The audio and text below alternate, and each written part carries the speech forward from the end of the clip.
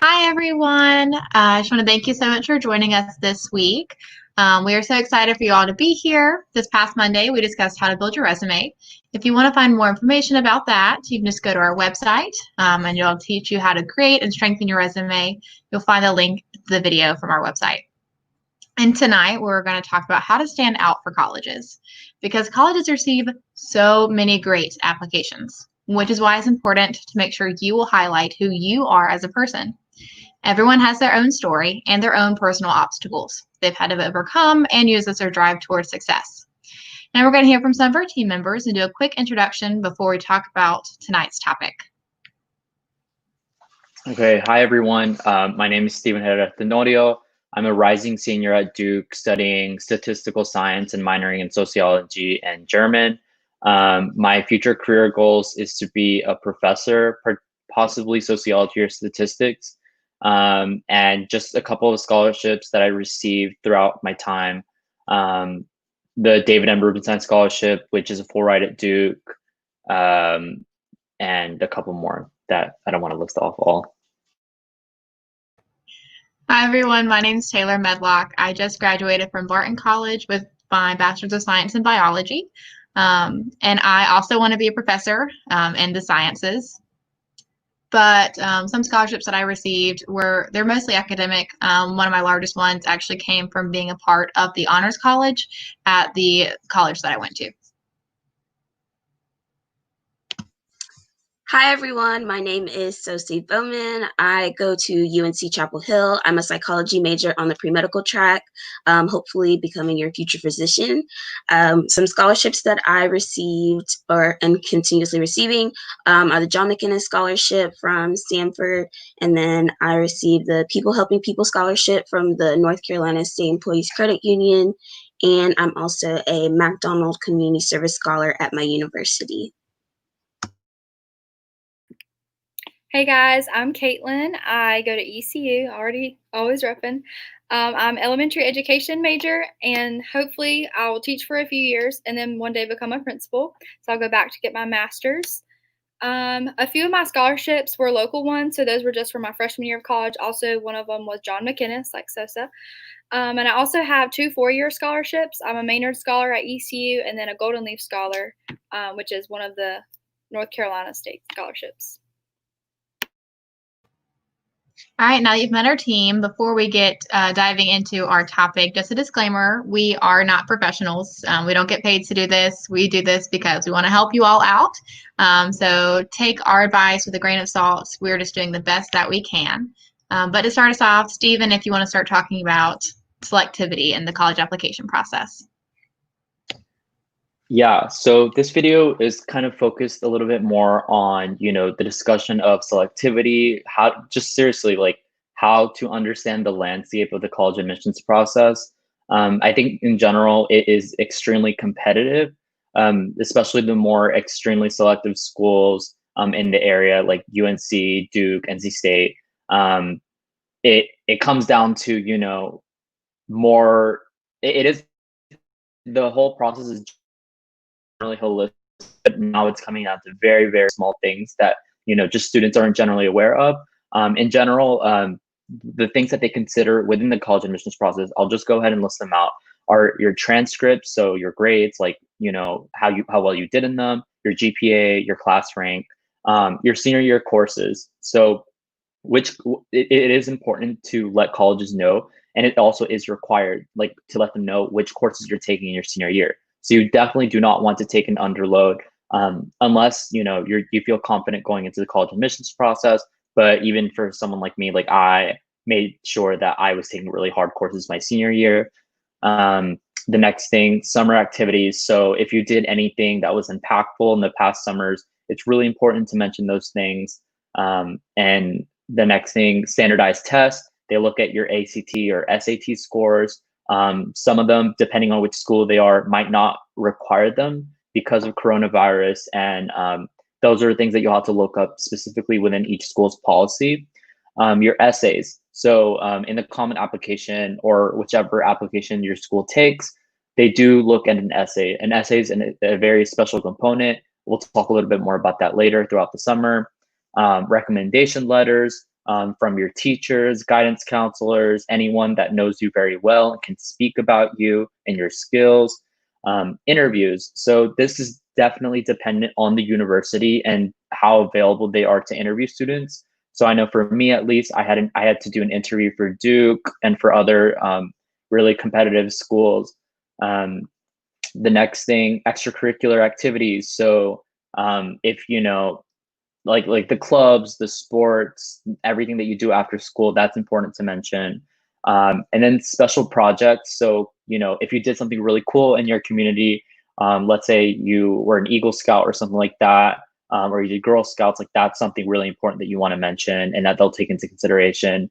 And then the last thing is like very, very, very like super important is the school profile. So obviously, you're competing with students from like Wake County, from Cumberland County, from like much larger districts that have more resources and opportunities. These colleges and universities do consider your school and how they compare with the entire state. So, if they will know how hard you did or like how limited you were in your ability to do well. So that's one thing to consider that's really important. And just generally, like as like you're trying to tell your story and the things that are mentioned within these application process for selectivity, like it is important to always mention unique circumstances. So for example, for me, like it was unique immigration status. For others, it might be, they might have disabilities. And the general space is very wide in talking about more about those unique circumstances.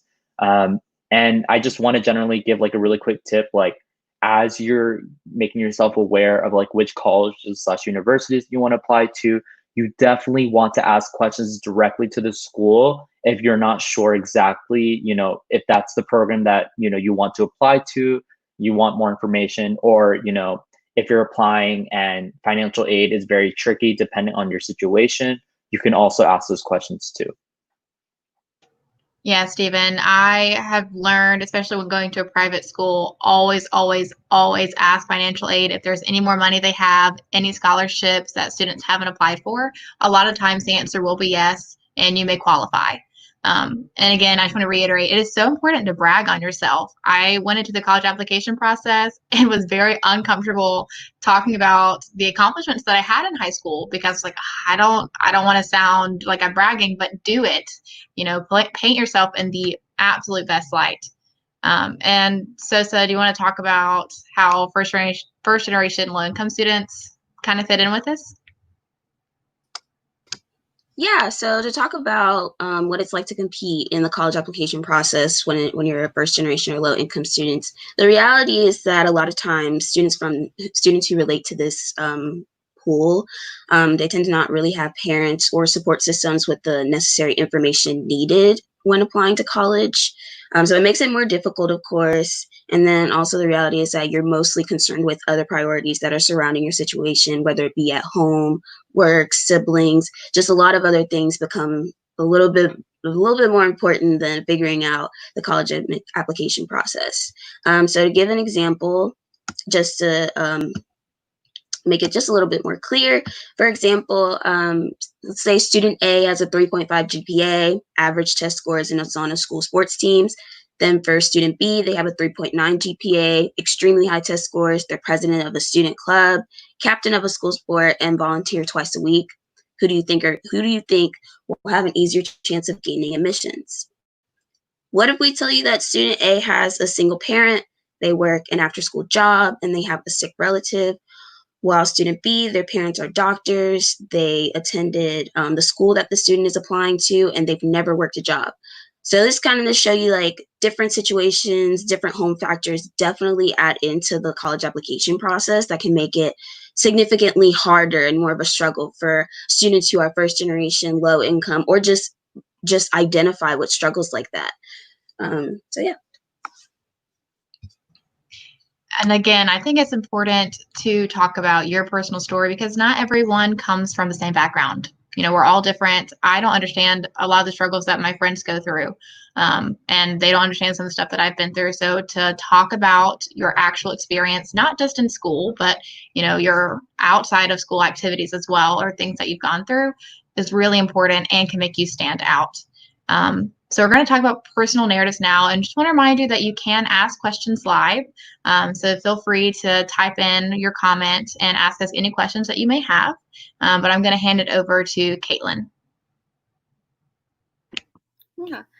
So I'm going to talk about the power of the word why, and I know that might sound a little cheesy, but it's something that really, really helped me in writing my scholarship essays and my college application essays, and really just helped me to reveal who I was as a person. So I grew up knowing that my life had a lot of challenges. I faced obstacles just like everyone else does, but I never knew how to reveal those. Like it's like I knew about them, but I didn't think that they would be of anything related to the college admissions process. I thought that was just something that I had to deal with. And here I am moving forward, that's in the past. Well, I started talking to the college advisor in high school, and she started asking me deep questions. She asked me a lot of questions that really had me reflecting on why I want to go to college, why I want to be a teacher. And she kept, every time I would answer her questions, she would say, why again? And it really just makes you dig deeper, just into your past, just kind of how your life is now, and as you as a person. And so it's really, really important. That's the best advice I can give to you guys for revealing who you are, is to just ask why. Why do you want to go to college? Why do you think you deserve that scholarship? Why do you want to go to that college? Why should that college pick you? What's your dreams? How can you get there? Why are those your dreams? Just ask you those questions. And even if you're asking the questions that begin like with what or how, ask follow-up questions like, okay, why? Like that, this is your what, what's your why? And I think that's really, really important. And it helps connect to your story. It helps the college admissions people and people reviewing your scholarship application to really get to know who you are as a person, if you can describe that big why question for everything. Yeah, definitely. Always ask why. And that's not just for undergrad. You can do that for graduate school too, to really find your passions. Spoiler alert, you may change your major multiple times during undergrad. I changed mine 5 times, and it's because I kept asking myself why. Why am I in this major? Why do I want to study this? And so finally, you can reveal more about yourself that you didn't even know just by asking the simple questions. And so, Sosa, you want to talk more about personal narratives? Yeah, so I want to talk about, I guess, my personal narrative and something that I realized when it came to telling my story in the college admissions process. So for me personally, my story with applying to college was centered around my medical experience that I had in 2012, where my family and I went through Duke University Hospital, and I had a transplant. So that's a really large event that happened in my life that very much has shaped me into the person that I am today. And I very much recognize and understand that sometimes it's really hard to talk about personal struggles that you've gone through. So for me, I remember applying, it's weird having to write down word for word everything that happened in kind of like traumatic event like that, and telling this to complete strangers in the hope that they'll give you a yes. But in doing that over and over again, when I was applying for scholarships and applying for college admissions, I just realized that that's something that makes me very unique. And it's something that really kind of in turn empowered me. And ever since, begin sharing my story about everything that I've went through to inspire others so that they can find that kind of empowerment within themselves. So I say, if you do sit down, dig deep, and you find maybe you're just only finding struggles in your life, maybe think about, in a way, how have those struggles shaped you into the student that you are today? Because it may be the smallest event that really could have had the biggest impact on your life. Mine is personally just really, really big. But when it came to applying, I just realized that, man, and to echo what Taylor said earlier about bragging about yourself, I definitely agree with that is definitely something that you need to do when you're applying, because it does make you unique. Again, just emphasizing that, don't be afraid to tell certain things or tell your story, because that is certainly what makes you you. Everybody has a story to share. And then even you within yourself, being a first generation student, being a low income student, that's already a story that you kind of have. That's something that you kind of already have as a starting point that you can just build off from that.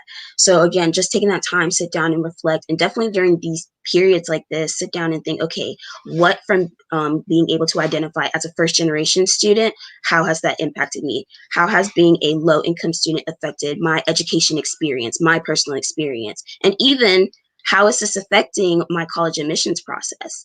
Because you never know, like an idea of a college admissions person seeing your story actually being about the struggle that you went through in finding a way to apply for college admissions. That's a story in itself. So that's just to show you that a story can really come from anywhere, and that all it just takes a little bit of reflecting, and then you'll eventually find what makes you you. Yes, I definitely agree, Sosa. It is so important to talk about everything that you've overcome.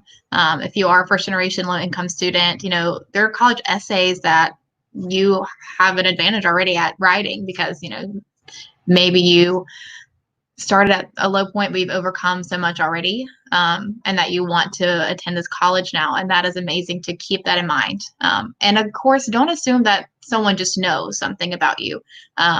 For example, I had no idea Sosa had a transplant, and we work on the same initiative together.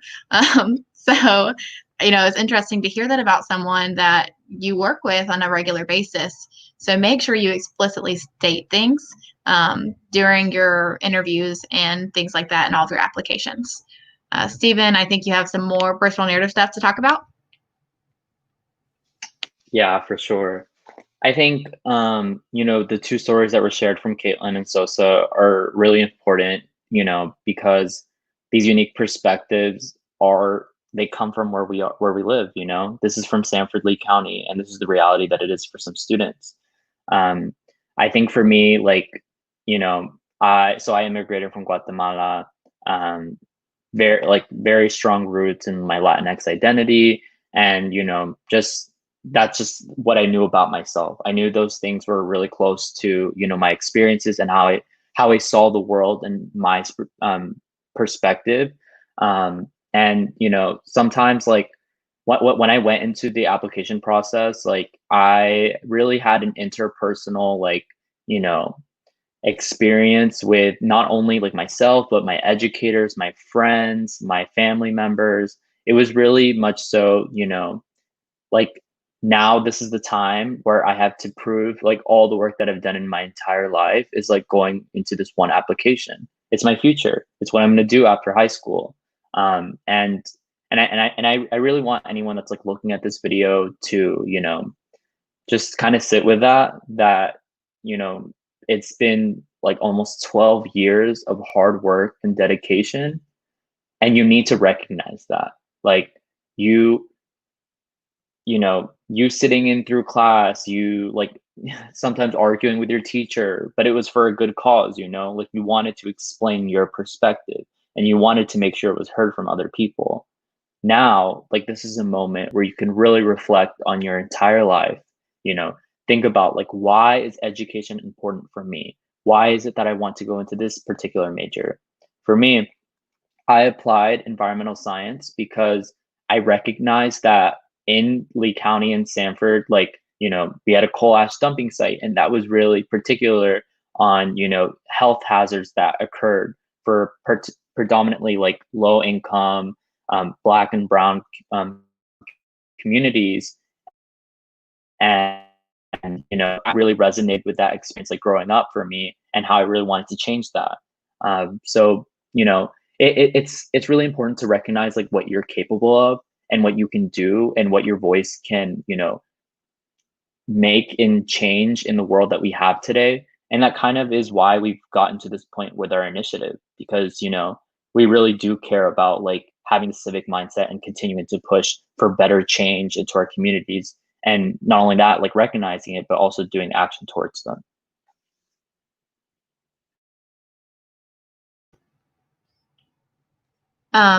Yeah, Stephen, and I just want to reiterate recognizing your capabilities. And, you said it already, you made it through the past 12 years.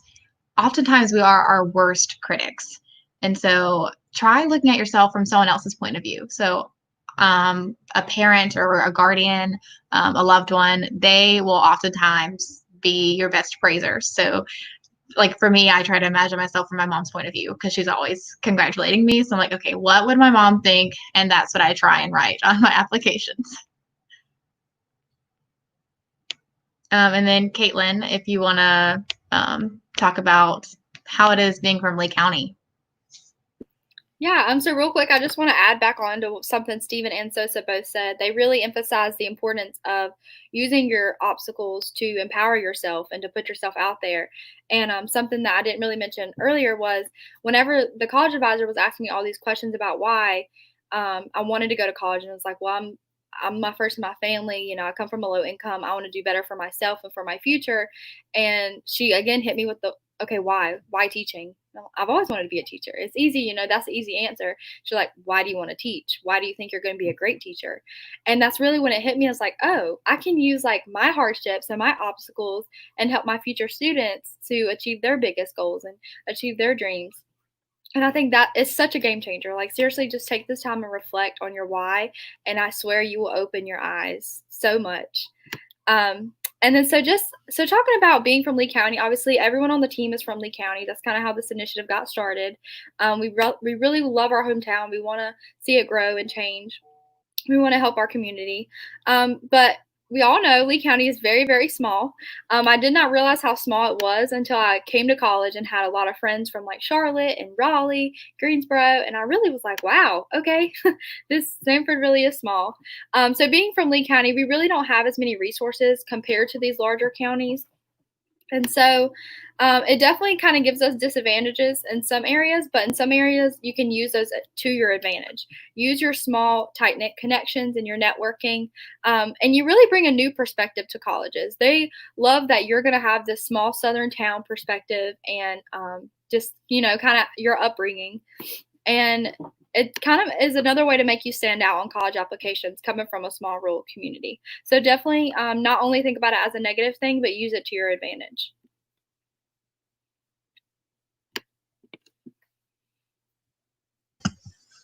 So to jump quickly back to what Stephen and Caitlin were talking about earlier, I just also want to add that whenever the time comes, because your time will come, of course, please be sure and be ready and be aware, like, don't let anybody tell you that because you're a first gen, because you're a low income is why you got XYZ.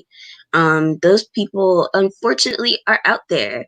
And I refuse to let you guys go out and not have this information and be ready for that and just be like unequipped with that information so that you're ready. I had people telling me that because I was a Black woman, I got into UNC. And I know now sitting here, that is not the truth. And that's not going to be the same truth for you. That's not the same truth for anybody in that situation. So please, please, please don't let anybody tell you that, and just enjoy that time of being a senior and just relishing in all of your accolades, because you worked hard for that moment. You worked hard to get to where you're going to go, and to definitely just remember that. Just wanted to say that quickly for everybody.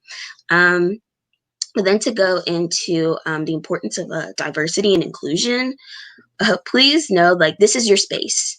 To start out, diversity and inclusion comes in many forms. It comes just, it's honestly, again, ties into being unique in some way, shape, form, or fashion.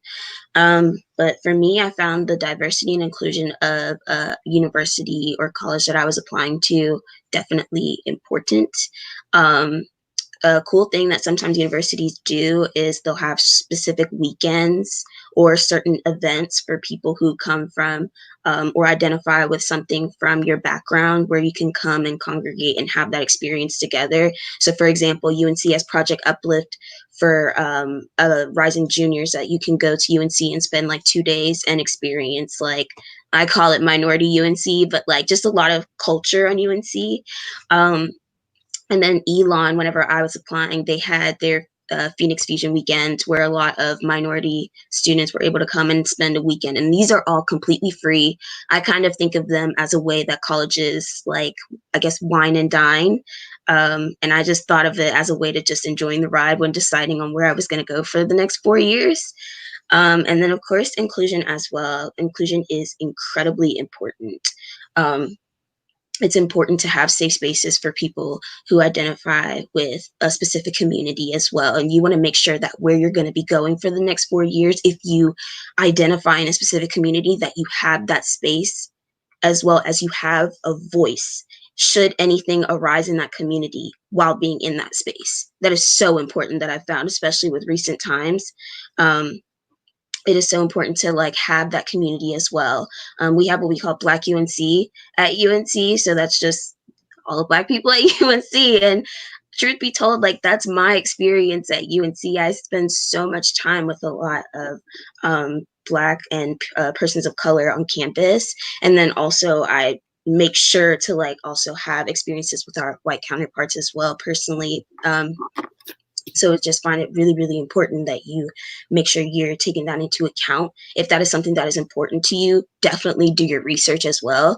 And then I will just, for me personally, with everything going on right now, especially, I would just look and see how certain universities are kind of handling things, because I think that is very, very telling about the kind of culture that you're going to go into, or more specifically, the kind of administration that you're going to be going to. Systemic racism is real, and I don't want you going into something kind of not knowing what you're getting yourselves into. That's something that I'm even myself dealing with, that I think that I would just like to have you guys know about and be prepared for as well. But one thing I've also learned with that experience is that yes, while some things like that happen, we have a strong community of everybody on campus as well, like trying to inflict change and enforce change and things like that. So definitely just research and weigh your options and everything like that.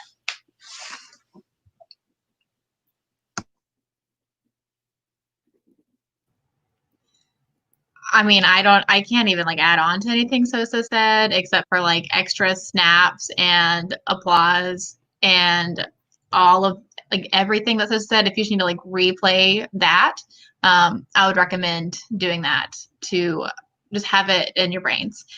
It is so important when looking at an institution to make sure that you're going to be comfortable on campus. So look at the programs they offer.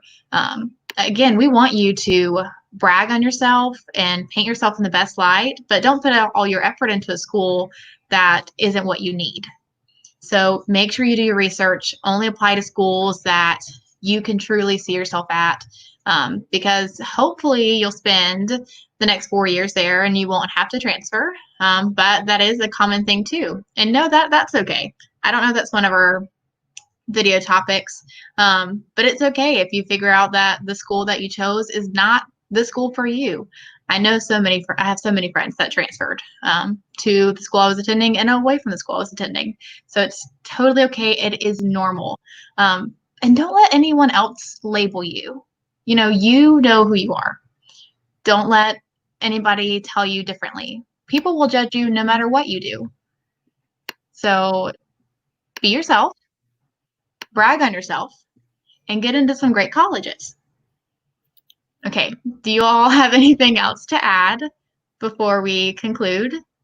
Yeah, I just want to add something really quickly. I think, all this information is so valuable, and I can imagine for some it might come off, oh, it's like too cliche or any of these types of things. Like, I think like people, I mean, for us, like we're in college right now, or Taylor, she just graduated, but for the rest of us, like we're in college right now. Like we know, like, what the culture is like right now. We know, that this mindset of like, I know myself very well. And not only that, I'm challenging myself too. I'm challenged myself to learn more about, like how I interact with others. How am I like, what are things that make me me? So let's say, you have all that information that you have on your resume, right? So yeah, maybe you're a class president, maybe you're a captain of like one of your sports teams. Who are you without all of those labels? Like seriously, like who are you? Like those are the types of things that you want to add. Not only are you mentioning the things that are, like especially in your Common App, and we'll talk more about like writing like a good essay, but like you definitely want to give more of those introspective of like qualities about yourself on paper. Like you need to sit down with yourself and just be like, is this paper reflective of me? in only 250, 300 words of my entire existence. And if you look at that paper and you don't think no, then you still should be working on it, unless, you know, it's due tomorrow or something like that. But you can do your best with it. Definitely. Thank you, Stephen. But seriously, like, don't be afraid to reveal the real you. So what Stephen said, dive deep. You know, it's not just, you know, all of your accomplishments. It's who you are as a person. So no matter what grade you're in, go ahead and start thinking about what makes up your story and how you will reveal that in your college admissions process. And, you know, take the time during the summer that you have now, to really start thinking about that and how you're going to use that for the college application process. We are doing a video soon on how to actually write your story. So make sure you also tune into that, because we're just going to take all this information and tell you how to put it down on paper. So thank you all so much for watching our video. Don't forget to reach out to us and DM us for any questions. We're always happy to help. Keep it coming and keep up with all of our upcoming videos. And again, this weekend is July 4th. So if you are going to go out and celebrate, please be safe and be careful. Remember social distancing, and just take care of yourselves. See you next time.